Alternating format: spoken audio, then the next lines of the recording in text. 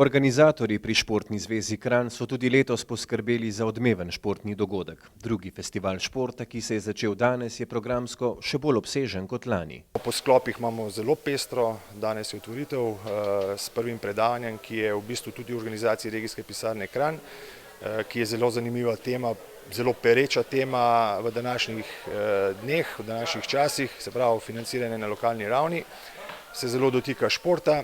Potem se pa nadaljuje z raznovrstnimi programi, tako imamo športno-rekreativne programe, imamo ekshibicijska tekmovanja, športna tržnica, ki bo letos za razliko od lanskega leta samo 2 dni, se pravi petek in soboto. Na športni tržnici se bodo z različnimi aktivnostmi predstavila številna športna društva in klubi, za katere časi iz finančne plati niso rožnati.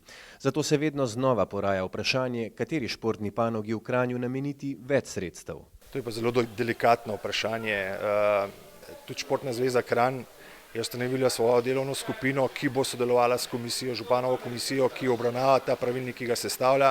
Moram reči, da pravilnik o sofinanciranju letnega programa športa je usklajen z nacionalnim programom športa in pa prilagojen novem zakonu o športu.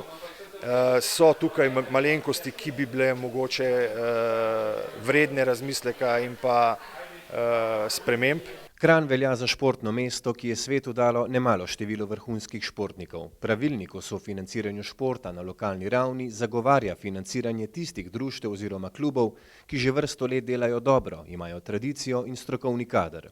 Sama mestna občina Kranj za šport vsako leto nameni okoli 1,5 milijona evrov. Delno iz naslova sofinanciranja klubov in društev, delno pa z naslova infrastrukture, in to nas uvršča kar na eno najvišjih mest v Sloveniji glede na torej vložka na prebivalstvo. V občinskem programu trajnostne urbane strategije so zapisani visoki cilji, kar se tiče športa, predvsem za množice.